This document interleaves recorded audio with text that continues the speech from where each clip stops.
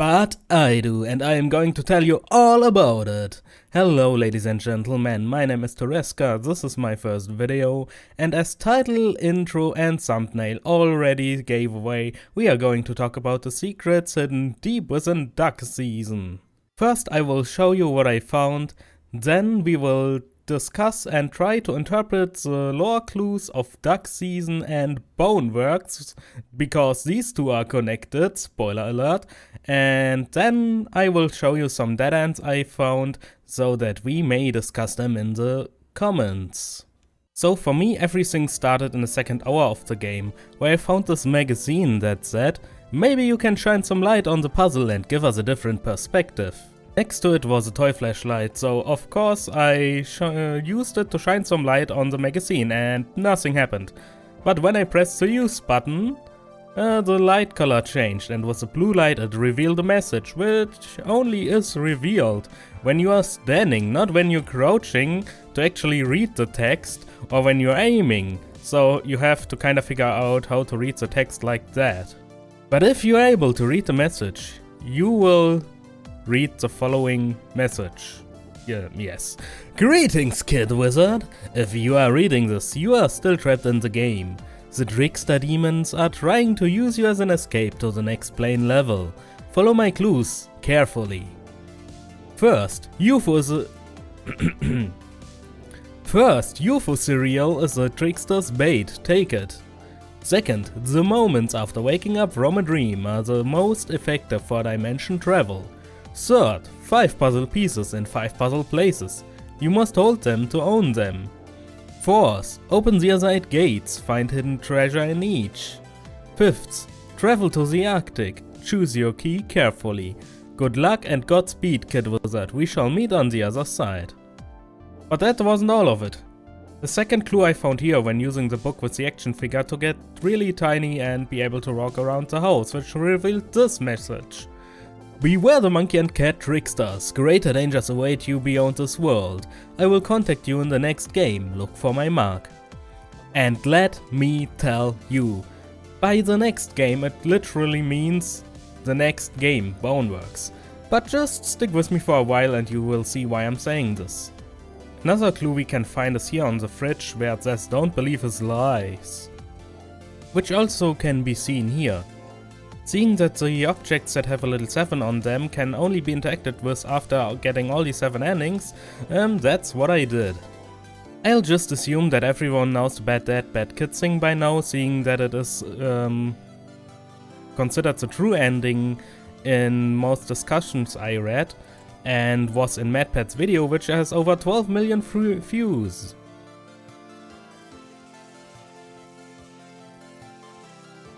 This is it. The accursed cryptid has finally been dealt with, feared no longer. Congratulations, Kid Wizard, you are the chosen one. Go now and rest, you have made it to the very end of the game. Great, we made it, we finished the game! Awesome! Or is it? Because after all we were warned of the monkey and cat tricksters, and specifically it said the monkey is a liar. So we could just trust him and go back to the living room, or we could try to use the Kid Wizard book with the door, which just exits the game right back to desktop. But upon further investigation I found this here book, which looks like it's made from human, let's just say hide? Well, anyway, using it with the door brings us here.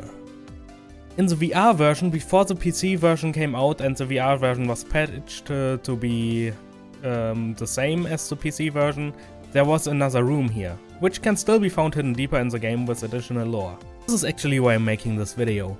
When I hit these dead ends that maybe aren't dead ends, but like I said we will talk about that later, I googled this lore hunt and I couldn't really find any thread or video discussing this. By the time I'm recording this, I found a video where someone else found this lore stuff, but it didn't really get discussed, and overall I just wanted to do my part to bring some more attention to this lore hunt, because the more people talk about this, the better. Anyway, in this area we can't do that much, it just says see you next time, the store also exits your game, and there is this playing card that says the entity. Picking this card up like I just did unlocks two things. The first thing is you can find 4 additional cards in 4 different places. The second thing you unlock is this book can now be interacted with in the living room. And the clue 5 puzzle pieces in 5 puzzle places refers to those cards. And the part of the clue hold them to own them just means you pick them up and they are yours. The clue, moments after waking up from a dream, are the most effective for dimension travel, tells us that there is something to do in the first hour of the game, because when you play the game in the first hour you dream and wake up. And there we go, we own these cards, which makes them appear here, together with some UFO cereal, which is a trickster's bait, and on it says, use this box as your very own summoning circle. After inserting a gate key and when the box is magical, collide with your teleport key for a magical prize. On the side it says, in order to win the prize, you must complete the challenges set forth on the back of the box. Each successful gate clear will result in a star sticker placed on each cleared gate hieroglyph. When the final puzzle is solved, you will be granted the final prize. So these gate hieroglyphs, they all are just some drawings that refer to certain game cartridges. And in the end what you have to do is use these clues for 5 and 8 PM. This is when the needed cartridges spawn. And you collide them with the box, you get a star on it, and that's nice. Around the circle there are stars missing, which is for the 5 cards, and what is my favorite food is the banana, because this box is connected to the monkey trickster. The 5 cards and the banana always reset. And using your teleport key doesn't refer to this, but this book. Which brings us here, dun dun dun dun, where we have this door, these drawings, and something Hall of the Machine King. Which could be something inside Boneworks or their next game after Boneworks. And most of you probably know the secret in the virtual E3 booth, but don't worry if you don't know it, we will go there next. But yeah, Machine King has its own door. Don't worry, like I said, I will explain this in a minute. But for those who already know, Machine King has its own door, so it's probably going to be its own game. And seeing that we had a bloody book with the number 4 on its back to get here, and Hall of the Machine King seems to be a little bit bloody, you could make a connection there. So this is actually the room I said is hidden deeper in the game with some additional lore. And also for some reason there's another The Entity playing card here, which I don't know what to do with it. And a flashlight. And I didn't figure anything out you could do with it except for casting some nice shadows. I even did some exploration out here, but yeah, I couldn't find anything. Here we have this lore bit, a conversation between 2 workers from a company called Monogon. And the conversation goes as follows. So, this is how Gammon is accessing the Void Way? Seems kind of dangerous since they aren't securing the pathways. Could lead to actual material extraction. Ah, no worse than us. At least they aren't piping the Void Way directly into people's cerebral cortex. The consequences here are insane. You have to realize just how big of an impact this could have if anyone manages to bridge the device. Of course they have. We would do the same. It was obvious they were entering. I can't think of any private companies besides maybe Saber Lake that have crossed in. Careful, they could be reading the scum. They have opened Pandora's box. If they have figured out serial item duping, it is possible to extract even our secure channels. This table won't cut it, but if they manage to get here with a headset. Gammon could route through Boneworks into Myth. I'll patch it now. So these are some lore bits But wait, there's more. That's exactly what I thought when I saw this the first time a few years ago on YouTube, and it didn't get any less weird with time. But I'll spare you the trauma. Remember this for later, something seems to have gone missing. Ba ba ba ba. Most people know this already, but like I said, there's something I want to show you, but just let's take a second and appreciate that level of detail. The shell is smoking and it's popped open at the front. Nice. I love attention to detail. So this is what I mentioned when I said own doors. We have Boneworks, Dead FM 98.6 and Gate 3 the Machine King. Also we have this secret message here. Hello little one, 30 years and waiting for someone to open a gate. And finally these fools decide to use the void way. These fools, these fools, these fools! Well, thank you for helping with my rescue. I left you a gift, but you can't have it just yet. I'm adding some new hunting modes to your virtual bird hunt and another surprise. But first you must be patient. There are others coming and we must await their arrival. See you on the other side. And then we have these paw prints. And here we have another lore bit. Attention! Please take down this textured poster. Need I remind you, this booth is sponsored by Gammon. We cannot have Monogon related advertisements hidden in our game. State-of-the-art physical virtual reality game system. Join everyone in the greatest game ever played. Toss your troubles aside and enter a new realm of virtual possibility. So this boost makes it seem as if Stress Level 0 made themselves canon in the game. They exist in their own narrative universe. Let's get creative here and call it Stress Level 0 verse. Yeah, let's just roll with that. So Stress Level 0 verse version of Stress Level 0 also developed Duck Season and is sponsored by Gammon, who are in some kind of shady biz seeing that they quote unquote opened Pandora's box. From the clipboard conversation we can deduce that Monogon owns a machine where all these games run on. And seeing that they talked about the possibility of piping the Voidway directly into people's cerebral cortex, the VR here seems to work via brain interfacing. Also it seems like multiple companies have access to this machine. I could imagine, seeing that they developed the state-of-the-art VR system, that it works like this.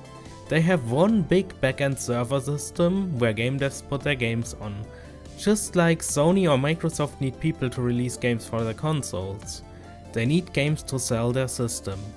Then, the consumers at home only need to put their headsets on and connect via brain interfacing to this server to play. That explains why multiple companies have access to this machine and why the games are connected to each other. The thing is, we can't say what the true story is for sure. It's not a period situation, more a comma one.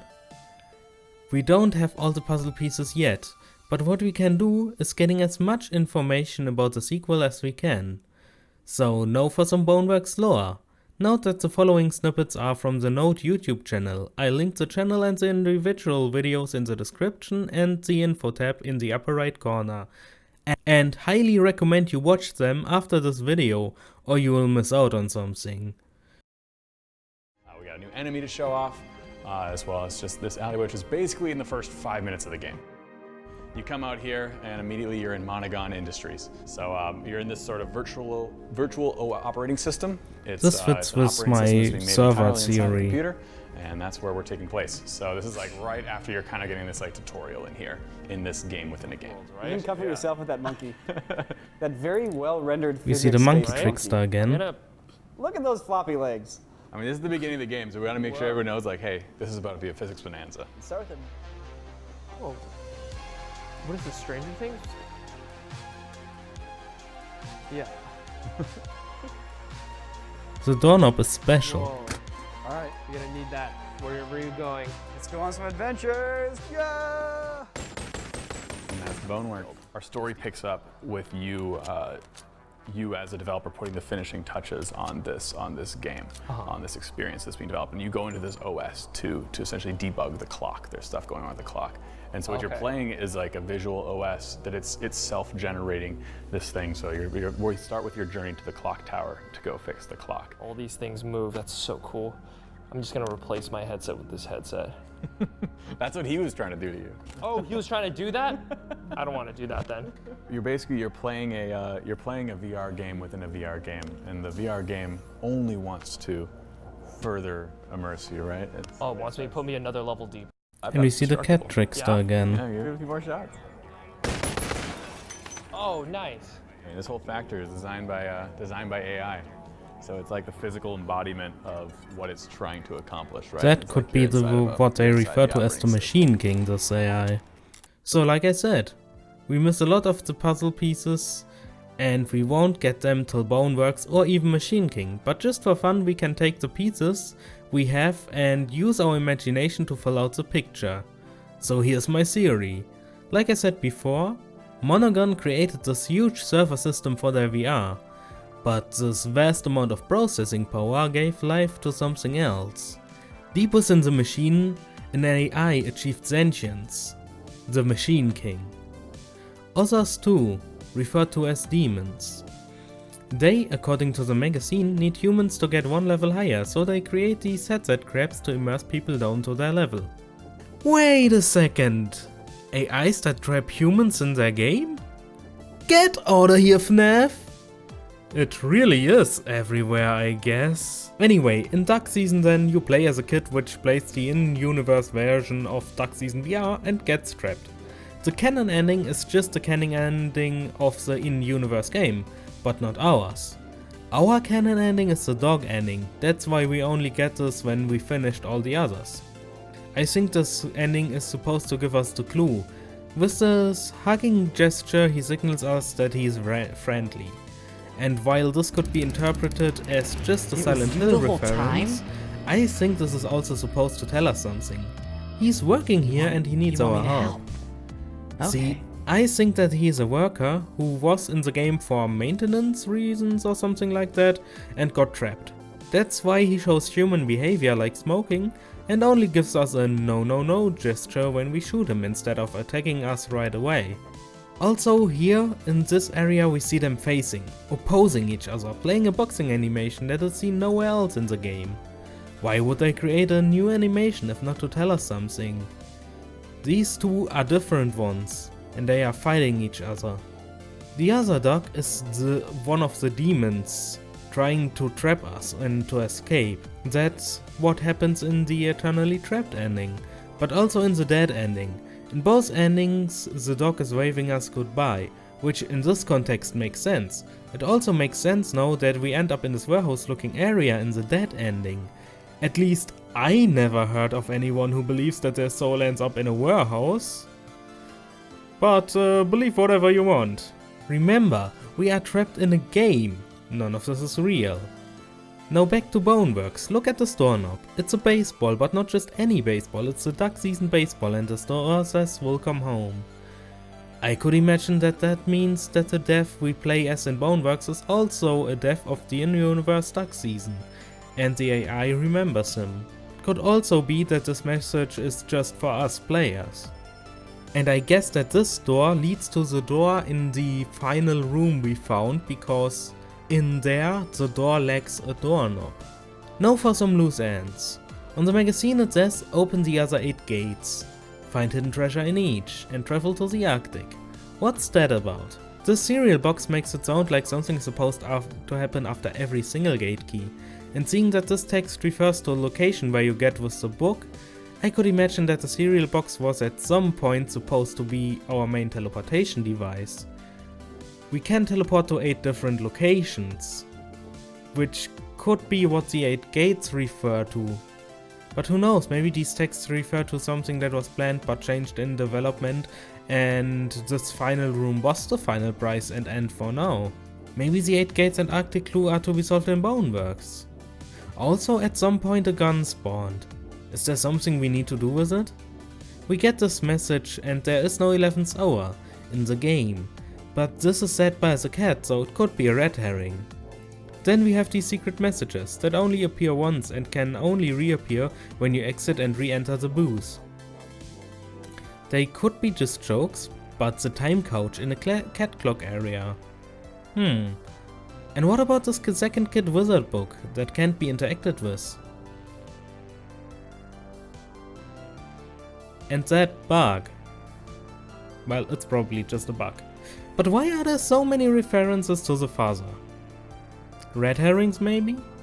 Well, it's also hard to say what's part of the story that we have to solve and what's just part of the story of the game within this story universe.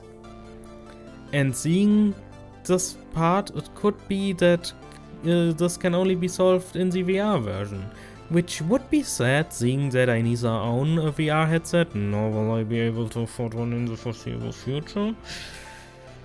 But yeah, it's a lot of possibilities, and that's why I wanted to make this video, to exchange thoughts and ideas. The clues we have could be interpreted in many different ways. I have multiple ideas and details I could overinterpret and all, but that would go beyond the scope of this video, so just feel free to ask in the comments. I mean, maybe it is that we are all trapped in a VR, while our bodies are used as processors or mindless workers. By the Combine, because this is actually a Half-Life game. Okay, just kidding. It's an inside joke because some people thought Boneworks is a cover for HLVR because it has these crazy physics and Stress Level 0 had contact with Valve and there are these headset grabs and apparently it looks half-livey, whatever that's supposed to mean. Anyway, that's it for now, the end of my video, my first video. Thanks to everyone who watched till the end, I appreciate that. And yeah, now you should go down in the comments and tell me what you think, and after that you should take a look in the description or in the info box and check out the original Boneworks videos. I'm thrilled to see what you think about the lore, about these clues and about my video, and well, that's it. My first video is over now. I hope you enjoyed it, I hope you had fun, and hopefully see you in the next one. Goodbye and have a nice day.